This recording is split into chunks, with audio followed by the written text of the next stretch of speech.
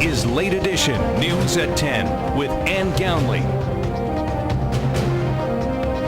Sports with Beth Mensinger. And meteorologist Joe Garbachik.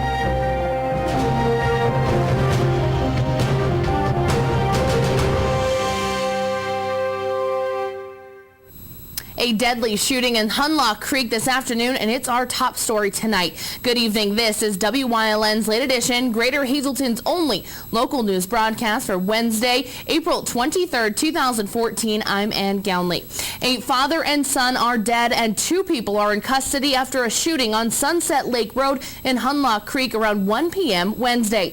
State police say James Roach and Holly Crawford, both of Sweet Valley, were taken into custody after being spotted by a state police helicopter. The two were found in a wooded area along Dobson Road and were taken into custody without incident. Police were called to 71 Sunset Lake Road to check on the welfare of the residents. Troopers found one victim on the back deck dead and the other dead inside the trailer. The father is said to be in his 60s or 70s and the son may be in his 40s. The shooting happened near the Northwest Area Intermediate School. The school was placed on immediate lockdown as police searched the area. Once the search was over, the lockdown was lifted. The victims' names have not been given. A McAdoo man accused of stabbing his sister in February has waived his right to a preliminary hearing. 27-year-old Ralph Laquetta allegedly stabbed his sister, Megan Laquetta, after an argument that occurred February 1st at their home on Cleveland Street. She suffered severe wounds to her left side, according to court papers. Ralph was taken into custody that same evening by McAdoo and Rush Township Police. His defense lawyers agreed to waive the preliminary hearing, while the prosecution agreed to drop a count of criminal homicide. Laquetta will head to Schuylkill County Court on charges of harassment, reckless endangerment, and aggravated assault. 5 Hazelton area schools ranked in the bottom 15% for the 3rd year in a row. The State Department of Education ranks schools based on student test scores in Pennsylvania public schools. 2 years ago, the Hazelton area high school and Hazelton Elementary Middle School were on the low achievement list. Last year, West Hazelton and Heights Terrace were at it. McAdoo Clares Elementary Middle School ranked in the bottom 15% for 2014. This year's ranking is calculated using 2013 PSSA scores and Keystone exams in math, reading, and literature. Students from the 5 area schools can qualify for the Opportunity Scholarship Program. The scholarship will enable a child to transfer to a better achieving school. Families will receive letters for the scholarship program from the school district. For more information on the Opportunity Scholarship Program, visit education.state.pa.us. As we reported to you last week, United Rehabilitation Services will close its doors in June. The closing will also have an impact on the Luzerne County Transportation Authority. It could cost the LCTA nearly $500,000 a year. The Shared Ride program transports 85 URS clients per day. That includes 35 clients from Wilkes-Barre, 40 from Hazelton, and 10 from Tunkhannock. URS is currently working on moving the clients to other facilities, which include locations such as Bloomsburg, Pottsville, and Scranton.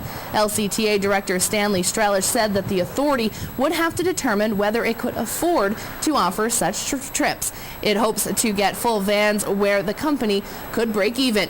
The maximum fare for a long-distance trip could cost up to $18.50. A website has been established to help a Pottsville boy who was critically injured last month by a boulder. 7-year-old Mikey Allen and a friend were playing near the bottom of a hill on Mount Hope Road on March 25th when he was struck by a boulder. Allen was flown to Lehigh Valley Hospital, where he was treated for a fractured skull and was put into a medically induced coma. Allen has undergone several surgeries and is recovering at Good Shepherd Rehab. The public can make donations to help Mikey and his family out by visiting the website that is up on your screen now. Today, students and members of the community came together for a solar project. Our Gary Perna explains. Today, students from the Hazelton Area School District's Gifted program took part in a solar car project made possible by the Greater Hazelton Partners in Education. Ed Liba is the executive director of the Greater Hazelton Partners in Education and talked about how the program came about. Well, through Partners in Education, we're always interested in trying to provide teachers and students with opportunities regarding technology and some of the innovative systems that are out there today. And we were able to provide some mini grants for teachers. This happens to be a gifted program at the Hazleton Area School District for 7th and 8th grade students. And this whole project is all about solar energy. So with the grant money, the teachers were able to hire Mr. McCready as a consultant, and he was able to bring the kits together through the grant, and students built them and they learned about solar power, and today they're working and experimenting with their cars. Gary McCready is the program manager for Energy Partners of NEPA. He is helping the students understand solar power. We use the power of solar power. It creates excitement and interest when we bring solar car kits. The students love that, and it gives us the ability to talk to them not only about solar energy, but also all of energy and energy science. It gives us a chance to get inside the, I guess I'd call it inside the excitement. McCready told us he will be doing this program for 12 schools in 3 different counties in our area. He was amazed by how the students reacted to the cars. It's so incredible when we get a grant like we did for this project, so that we can expand our resources and go to more schools and offer this I believe it's a very important program, because students learn science, they learn energy science, they learn about renewable energy and green concepts. They learn so many things, and we also make sure that they have a knowledge, a pre-test, a post-test, and they have a knowledge of all of the energy sources until we're finished. We spoke with 2 students who took part in today's program at Valley Elementary. About 3 days. It's awesome to have the ability to, the opportunity to build this, because it's awesome. You get to keep it. It teaches us a lot about solar energy too. It took us about 3 days. It was lots of fun to make these, and it was fun being able to start engineering and working with energy and learning all about it. It was a great experience. McCready said he was a little worried about the weather today as the students headed outside to use the cars. Well, we had enough sunlight, and I usually find that even on a rainy day or a gray day, we'll have enough sunlight, but I was very worried that it might just open up and start raining, and when it starts raining, we have to do it inside with a light bulb, and it's definitely not as exciting for the students, as you can see. Liba said both Kathy Tambasco and Shannon Sharp, who are teachers in the Hazleton Area School District, played a big part in this program today. At Valley Elementary Middle School, for WILN's Late Edition, I'm Gary Perna. A $300,000 bronze statue of Joe Paterno seated on a bench will be placed outside of the Tavern Restaurant in State College. Designed by sculptor Zeno Ferdakis, said that the statue was designed in response to the removal of Paterno's statue outside of Beaver Stadium in July of 2012. President of Penn State University Rodney Erickson made that decision. According to OnwardState.com, one of the organizers for the project said that they wanted to come up with a way to honor Joe and what he has done for the State College community, because it wasn't just the university he impacted, it was the whole town. The Paterno family is aware of the statue but have nothing to do with the project. Currently, the project is called Joe's Bench, but when completed, it will be called Reflections. The statue is expected to be installed outside of the Tavern Restaurant in November of 2015.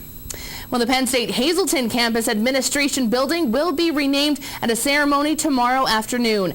Penn State Hazleton Chancellor Dr. Gary Lawler announced that the building will be called Pasco L. Shivo Hall in recognition to a recent $1 million gift to the campus. The donation will be used to create a scholarship endowment for campus students. Shivo's previous gifts helped to establish 3 other scholarships to benefit local students attending the campus. Shivo has been an advocate for Penn State Hazleton for nearly 60 years. He currently serves as the campus chair of the university's For the Future campaign. The ceremony will be held tomorrow at 2 p.m. in front of the administration building. Talks over Marcellus Shale and what is the local congressman working on in Congress? Well, this morning at the Greater Hazleton Chamber of Commerce Red Carpet Breakfast, he was the guest. 11th District Congressman Lou Barletta was the guest speaker at this morning's Greater Hazleton Chamber of Commerce Red Carpet Breakfast. Barletta spoke on what was happening in Washington and bills he is currently working on. In his second term in Congress and now as the chairman of a subcommittee on transportation and infrastructure, they have saved the government $1.1 billion by moving federal agencies into smaller spaces and reducing the cost of the leases, something he says he has been working hard at doing and wanted the public to know. Common sense idea, and it's an opportunity again to let the government run more efficiently, but yet most of all save taxpayers money. So there's lots of opportunities that we have in Washington to do that, to cut out the waste, the government waste, to make sure that tax dollars aren't being spent foolishly, but most importantly, stress the importance of working together, both Democrats and Republicans. Also, many Pennsylvania motorists know while traveling state highways and bridges, they aren't in the best of shape. While serving as a chairman on the committee, Barletta is pushing for a long-term highway transportation bill. Pennsylvania ranks number 1 in the nation in structurally deficient bridges. That's not the number 1 that you want to be, the list that you want to be number 1 on. Very important, not only for us here in Pennsylvania as we travel on the Pennsylvania roads, investing back into the state infrastructure, but very important for our country as we try to compete globally. Barletta also spoke about the Marcellus shale industry and what the country could do to manage it. Pennsylvania ranks number 2 in the world in the Marcellus shale natural gas field.